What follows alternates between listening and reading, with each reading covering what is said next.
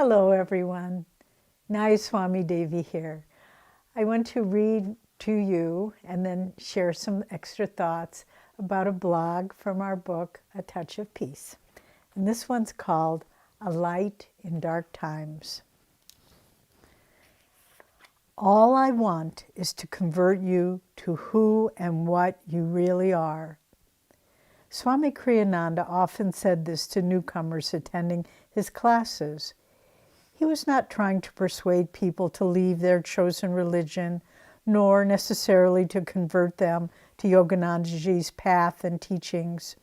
Rather, he wanted to convey to everyone that all the joy, fulfillment, strength, and understanding that we seek in outer goals is to be found within our own self.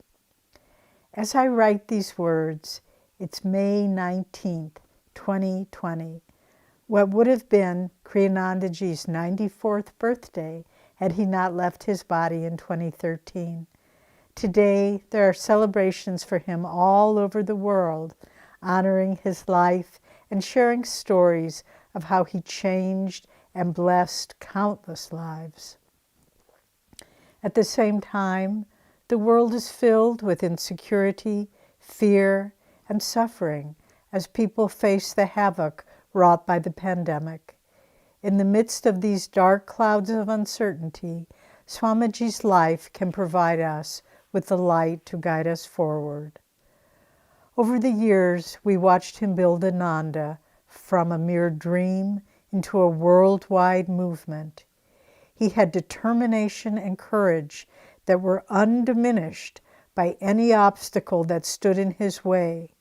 There were many, and he showed us how to face them. What particular tests are people facing now, and how can we draw guidance from Swamiji's example? One of the tests is worry about lack of money to meet our needs. From the beginning, Swamiji had very limited finances with which to build Ananda, but he knew that money was only energy in a condensed form. If he put out enough energy, then the needed money would come to him. And so it proved. With absolute faith and love for God within, he went forth with dynamic energy, and the necessary funds were always provided. Sometimes it's true at the very last minute. In one of his songs, he wrote these words, "I ask for no riches that death can destroy. I crave only thee, thy love and thy joy." Another test many are facing now is loneliness and isolation. In the beginning, only a handful of sincere devotees joined Swamiji to help him build Ananda. Even though many came and went, Swamiji persisted because he had the strength within himself to continue, even if it meant doing it alone. In another song he wrote, "Let come who will, but if they all turn home, the goal still awaits you. Go on alone." Finally, many people are dealing with fear of disease and death. Throughout his life, Swamiji dealt with many serious, even life-threatening illnesses, but he never allowed them to stop him. He didn't fear death because he knew his soul was eternal. In another of his songs, he sang, "The dancers will pass, the singing must end. I welcome the darkness with you for my friend."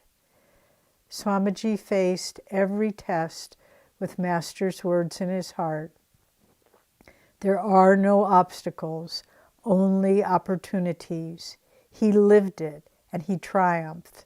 Through his spiritual dedication, Swamiji had realized the truth about who and what he really was, a spark of God's eternal power, joy, love, and strength.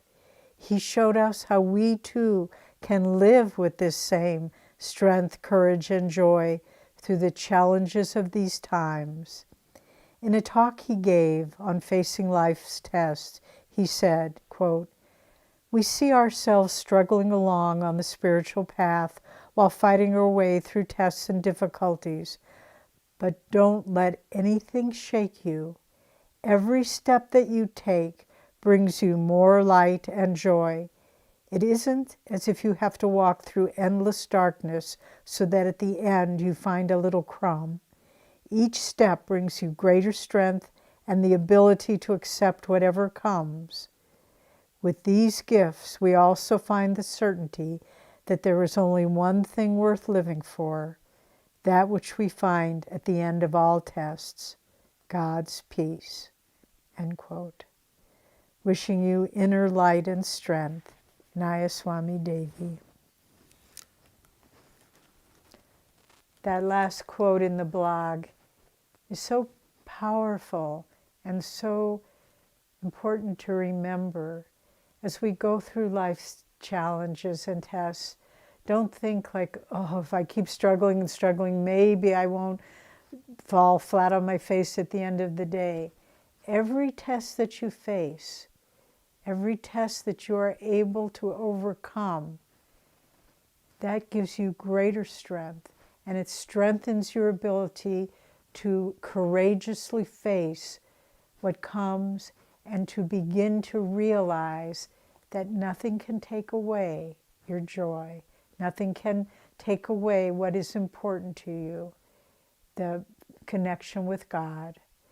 And this is so important to remember. Every step is a gain.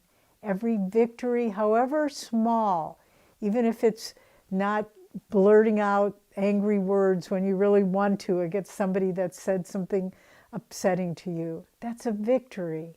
And you gain strength from that. And then next time, it's easier to control yourself in that way. I have many dear friends at Ananda. Each one is special to me. And I have seen my friends go through great tests on every level. And yet, here we stand. Some have left the body. Some have are still, most are still living. But everyone, if you just keep trying, you are victorious. And I have seen this. I see heroes living common lives, and yet they're heroes in the sense that they never give up and they never say, I'm done for, I'm defeated. You know, Master shares that beautiful, it's not so beautiful, it's a funny story in one of his lessons about the big frog and the little frog, and they're hopping along, and they hop into, inadvertently, they land in a big pail of milk, and they can't get out because the sides of the pail are too slippery. And they kept paddling and paddling, and they're getting more and more tired. But they just don't, if they stop paddling, they're going to sink to the bottom, and that'll be the end. So they keep paddling and paddling.